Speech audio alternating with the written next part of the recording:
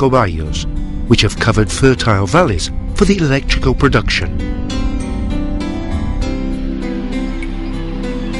When the Ricobayas Dam is passed out, the Esla comes back in a small stretch to its natural condition, squeezing among abrupt granitic terrains up to 100 meters deep in the so-called Aribanzos, before being stored again by the coming back of Villalcampos Dam. The Duero runs along the south of the region, stored by the Villalcampos and Castros dams. Despite its slow and sinuous course, its deep canyon impresses us constantly, going among granites, junipers and ilexes in the so-called Arribes del Duero.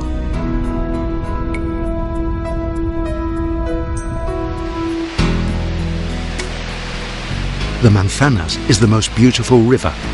Because of its course, despite having risen in Sanabria, its heart is from Aliste and Portugal, because it marks the boundary along 40 kilometers, draining the occidental part of Aliste through the numerous streams of the left bank.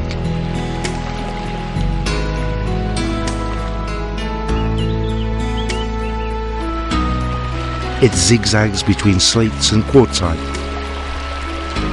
generating valleys of great beauty, shaded by alders and black poplars, where the rumour of the dams contrasts with the quiet mills.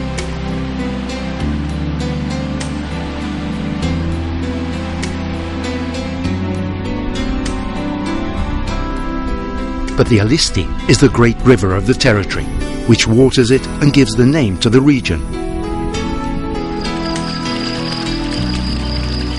It rises with the contributions of springs and streams in San Pedro de las Herrerías, next to the Sierra de la Culebra, and runs through in parallel to it along the terminus of Mahidi, Pobladura de Aliste, Palazuelo de las Cuevas, Bercianos de Aliste, Gallegos del Río, Domez and Vega la Trave, among chestnut trees, alders, ash trees, oaks and willows, irrigating the vegetable gardens of those villages. From Vega la Trave, it grows in wideness because of the coming back of the Ricobayos Dam, what does not permit to contemplate its sinuous course and its mouth near Villanueva de los Corchos. The numerous streams and brooks that run through the region have a bigger impact in the landscape, excavating in the slates numerous valleys which form the plain, giving the appearance of a hilly zone. Those brooks are crossed through beautiful pontoons of slender basins, or big prismatic blocks, or those ones have profit of the natural rocks as basements of their masonries. And if the stream usually has a little volume of water, there are some simple stones transversely set. They are valleys to rest and listen to the real nature, where the riverside people accede to grind the grain in some of the mills that go on working yet.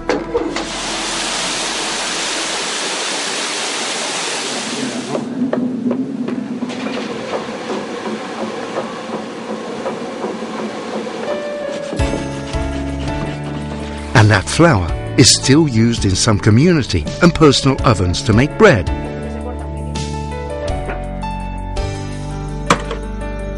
Batches, or the rolls which are auctioned in the patron saint festivals.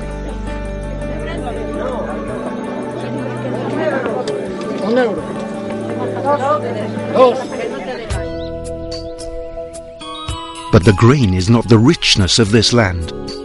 The surface dedicated to the cereal is small and of dryness. Neither is the production of wine, that is only dedicated to the auto-consumption in small vineyards, where there are left some hut-guard vineyards. Besides the livestock, the big richness of the zone is the forestall one. But this one varies depending on the relief, the climb and the action of the man. Because of this, we can distinguish in the zone the following units.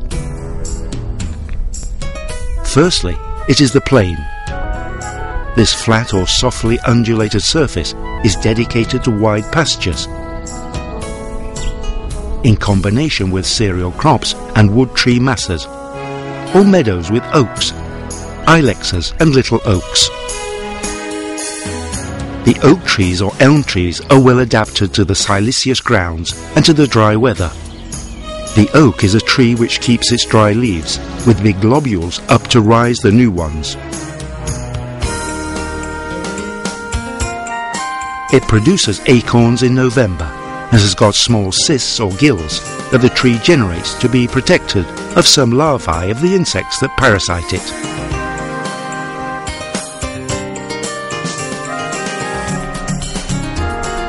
The ilex is a tree well adapted to the dryness and to the continental clime. Its leaves are small, hard and coriaceous, and its dark, sturdy and rough trunks have got big cups. It produces acorns in autumn too. They usually appear in meadows among cereal crops or pastures. The little oak appears in zones of transition between the oak woods and the ilex woods. Its leaves are smaller than the oaks and they are serrated. It produces acorns too during the autumn.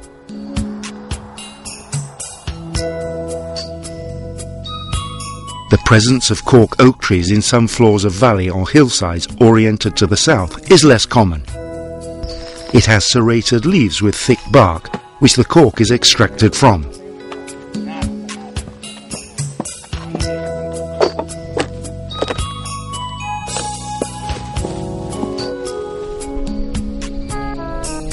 The chestnut tree is any species well represented too, and its fruit, the nut, which is separated of its skin in autumn, has always had an important role to play in the familiar economy, like food for the livestock and for the man. Its leaves are big, hanging and serrated. As scrub of the plain, there are some rock roses, blackberry bushes, brooms, maples, thymes and lavenders.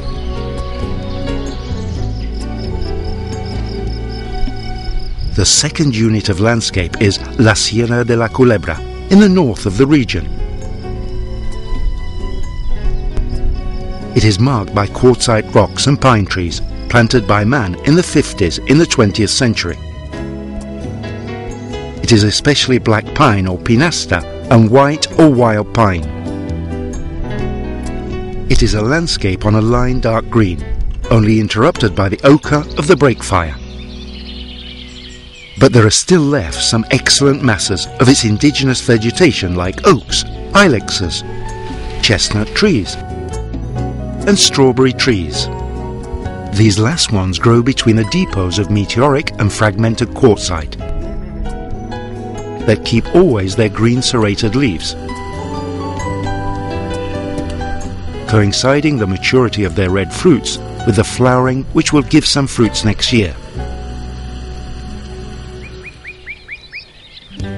As scrub, there are some maples, heathers, rock roses, lavenders and brooms. The third unit of landscape is formed by Los Arribes of the Duero and Eslas, in the south and east in the region respectively. Their abrupt terrains, with big differences in level and spectacular conjunctive rocks of sinuous drawing, are colonized by junipers, olive trees and scrub like brooms, spurge flaxes and heathers, among others. The juniper is a bush of acicular rigid leaves, and that produces a round fruit called galbula, which the gin is made of. Its wood is resistant, but easy to be worked. The fourth unit of landscape is the riverside zones of streams and the river Manzanas. You can distinguish the queered course of limpid waters, opening away between slates and framed by alders, ash trees, black poplars and willows, which look at themselves in those waters when they are not clothed in luxuriant Galleria forest. Its undergrowth fern is usually formed by birches, blackberry bushes, ivies, hawthorns and wild cherry trees.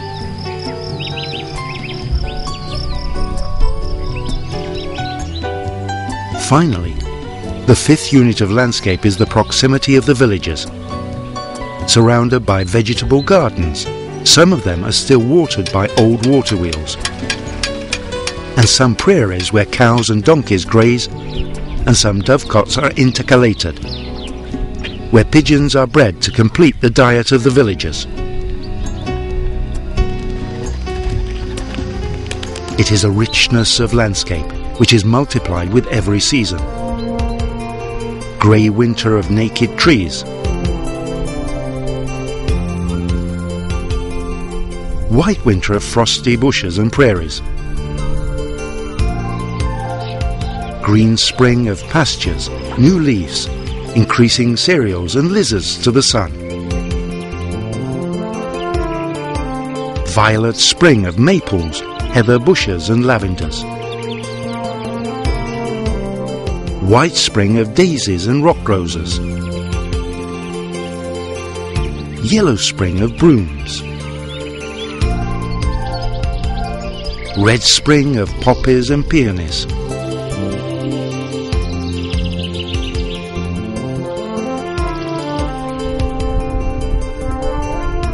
blue summer in the reflex of the stored water, yellow summer of stubbles and burning sun, reddish autumn of strawberry trees in ripe, yellow autumn of oaks and little oaks, brown autumn of chestnut trees and nuts.